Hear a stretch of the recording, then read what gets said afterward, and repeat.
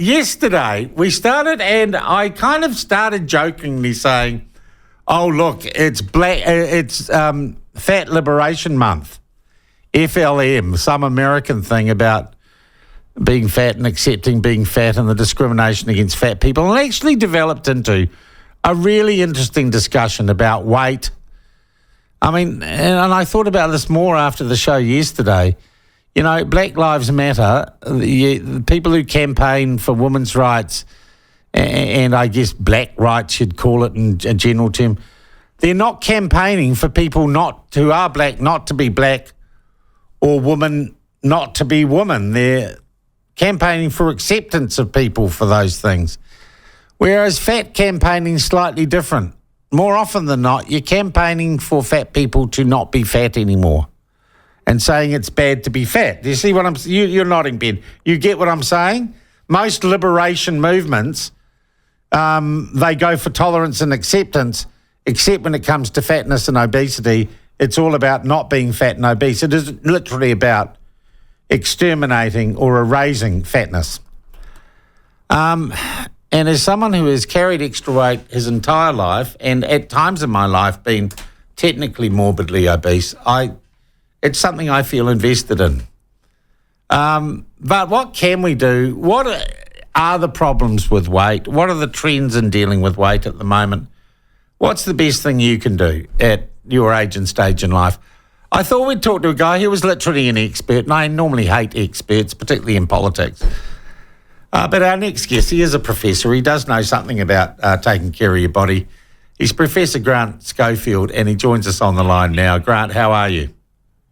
Good, Sean. Good commentary. Yeah. Well, look, it is, isn't it? And I originally yesterday was kind of making light, though that's the last thing that happens for people who are part of the Fat Lives Matter movement, but it is Fat Liberation Month in the United States. Do we still have enough of a conversation about being overweight in our society, Grant? Is it more or less acceptable than it used to be? Well, it's certainly a lot different. And, I mean, the profound thing, I mean, if you're in our generation, Sean, I can go back and look at my standard one photo in, I think, 1974 at Twizel Primary School. And I can go and look at a modern primary school classroom and you just see these kids and even the teachers, they don't resemble the same shape of the species. Fatter or skinnier? We're way fatter now. So, 2/3 of us are overweight or obese. And so you made a good point. It's anyone's fault or not. Yeah. I never thought about it in that generational context. There are more fat New Zealanders than they were. I mean, I'm 59. I think back most kids, I think you're right. But I'll tell you something else too. I think we look at probably certain ethnic groups and say, oh, we're fatter overall because of them.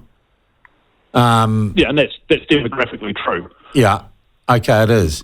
But obesity and being overweight is more of a problem than it was 20 or 30 years ago, Grant. That's what you're telling me. Oh, by miles. And then, back to about 50 years ago, hardly existed as a problem. And now it's at least half our kids and 2/3 of our adults. So, okay, you go, why is it? Have experts like you, have you done into research as to what that is? What are the societal factors that have impacted that? Yeah, I think it's pretty obvious at a broad level there's a complete mismatch between the way we live our lives and the way humans have, particularly the way we work, so we're mainly not moving, particularly the way we entertain, we're mainly not moving, and by far the most important is the massive change in the food supply, the cost and what you get. So, I mean, at the most basic level I go, if you're trying to think about what healthy food was and still is, the most basic template is it was recently alive or recognisably so, running, swimming, flying, growing, somewhere. Yeah. That's food. And I know people will do this, I don't know if you do it, but you're just wandering around the supermarket and you sidle up next to someone's trolley and you sort of glance down there and you think, gosh, that's interesting. And we know that 2/3 of what New Zealanders put in their shopping basket is what we'd call ultra-processed food, so it's not demonstrably recently living in some form, and that's the basic problem. Ultra processed foods. Yeah. Okay. Doritos is a good example of ultra processed food, right? Not presumably came from corn, but clearly not recently alive. Okay. All right. Take me through then, and I mentioned yesterday, I've had a couple of mates I know who've gone keto. Guys of about my age, and they're swearing by it and say, what is keto? Is that a real thing? Is it something I should consider, Grant? Or is it just the latest diet trend?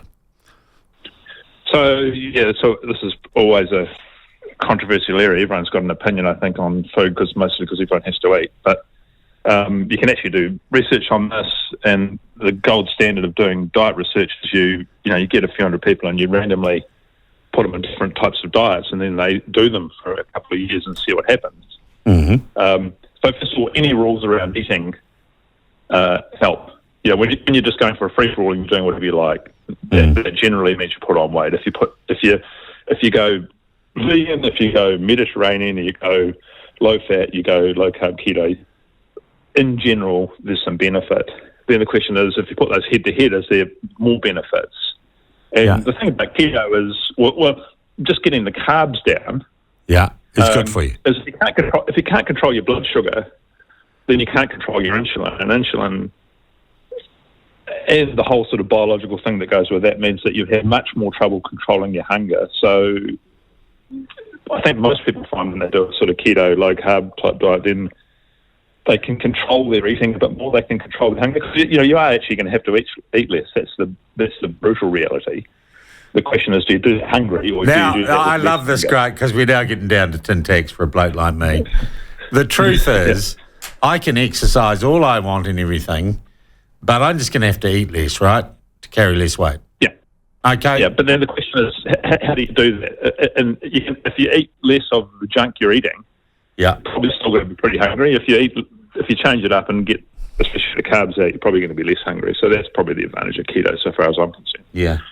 Does obesity, extra weight in New Zealand affect one gender more than others, or one sex more than others?